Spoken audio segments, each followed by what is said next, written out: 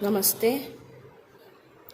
What do a human, a flower, and a bacterium have in common? Each of these things, along with every other organism on earth, contains most interesting molecule which makes us unique. Yes, it's our DNA, deoxyribonucleic acid. To know about DNA, we need to know about history. What is DNA? Why it is called blueprint of life and the structure of DNA. In 1869, Friedrich Miescher discovered the nucleon. Later in 1953, James Watson and Francis Crick discovered the structure of DNA. This is about the history of DNA. Now let's see what is DNA. What is DNA? DNA is the chemical basis of heredity and may be regarded as the reserve bank of genetic information. DNA is exclusively responsible for maintaining the identity of different species of organism over millions of years. Furthermore, every aspect of cellular function is under the control of DNA. It is called blueprint of life because it is the instructional material to create, grow, function, and reproduce life on earth, similar to a blueprint of a house. To understand more about DNA, we first need to understand its molecular structure.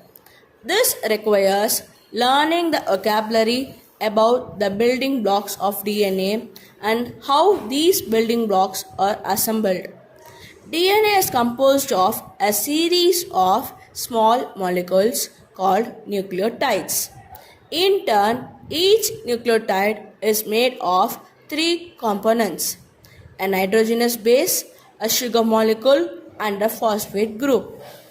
Nitrogenous base and a sugar molecule are called nucleoside.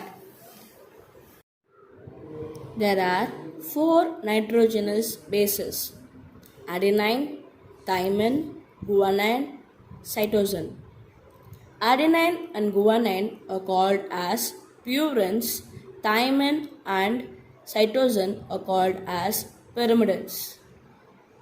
Always purines pair with pyrimidines.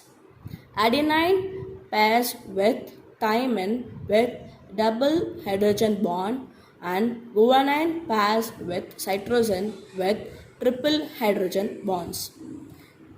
The DNA has right-handed double helical structure where two polynucleotide chains are twisted around a common axis.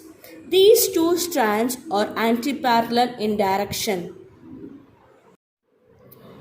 If you think of double helix structure as a ladder, the phosphate and sugar molecules would be the sides, while the bases would be the rungs. The bases on one strand pair with bases on other strand. The width of double helix is 2 nanometer. Each turn of the helix is 3.4 nanometer with 10 pairs of nucleotides, each pair placed at a distance of about 0.34 nanometer. It is ultimately the DNA that controls every function of the cell through protein synthesis.